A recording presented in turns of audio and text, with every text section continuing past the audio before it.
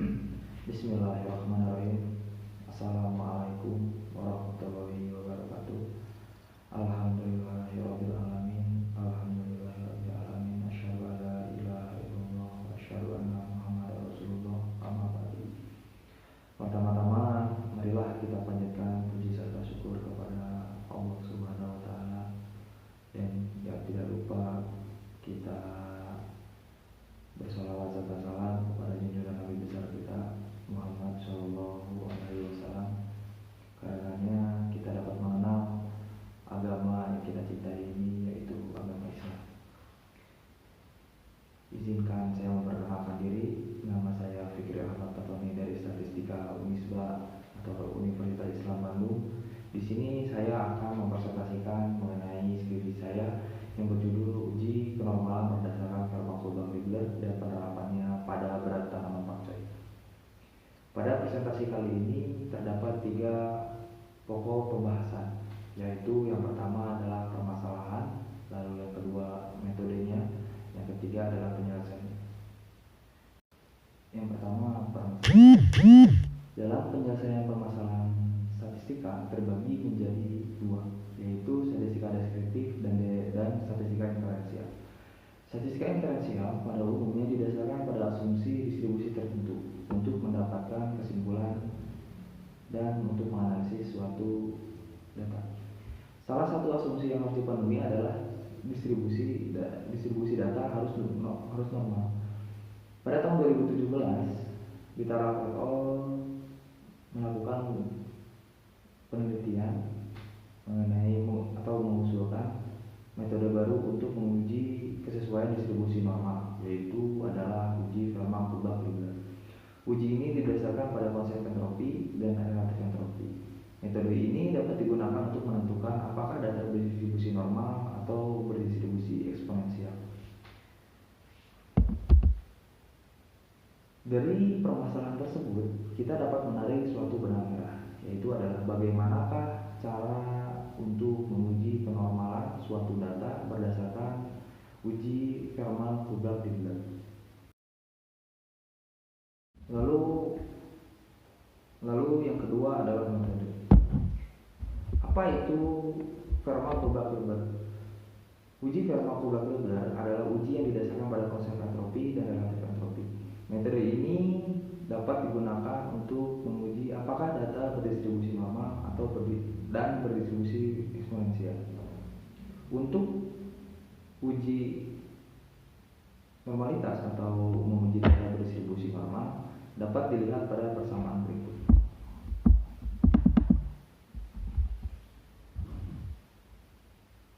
Di mana beta dan alfa merupakan titik kritis, N merupakan jumlah dari sampel, F0 merupakan berasal dari hipotesis, yaitu bisa normal atau eksponensial, dan TI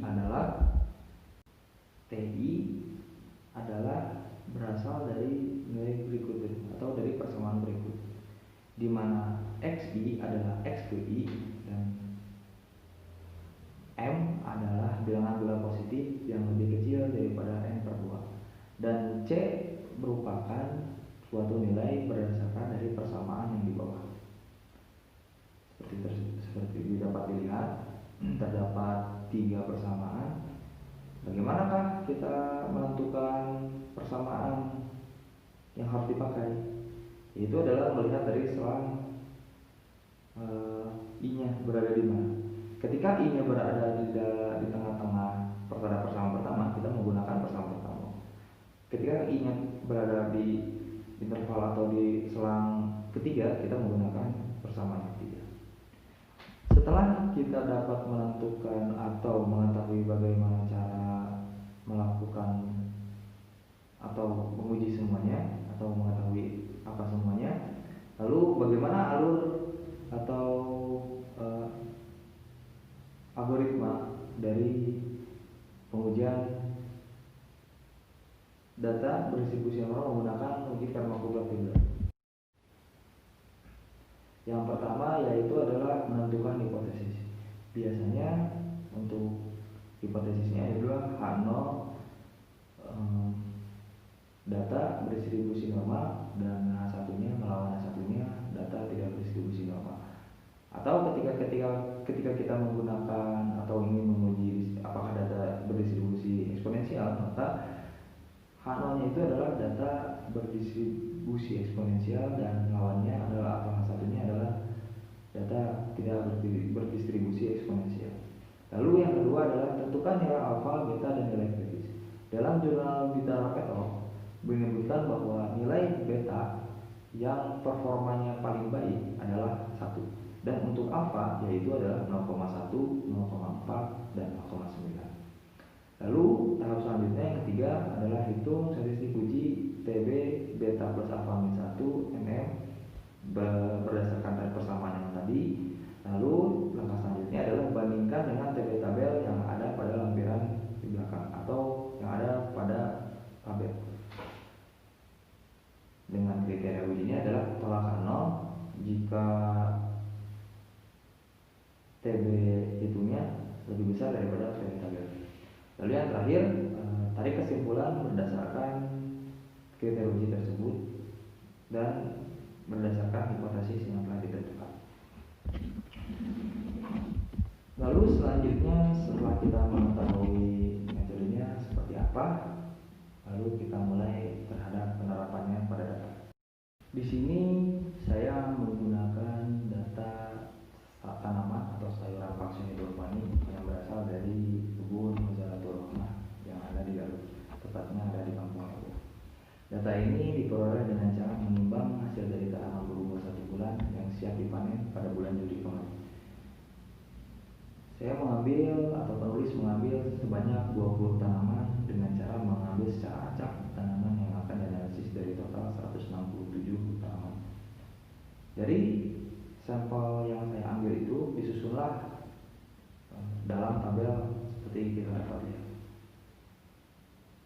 Baik, selanjutnya kita lakukan analisisnya. Seperti yang kita ketahui tadi, yang langkah pertama yaitu adalah menentukan hipotesisnya.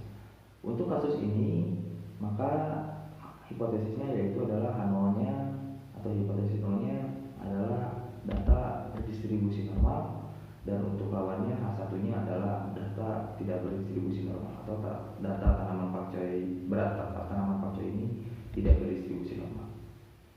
Kita dapat melihat TB hitungnya yaitu adalah 0,12. Maka dari itu kita dapat simpulkan bahwa sebelumnya kita tentukan dulu TB tabelnya itu. TB tabel yang diperoleh yaitu adalah 0,3.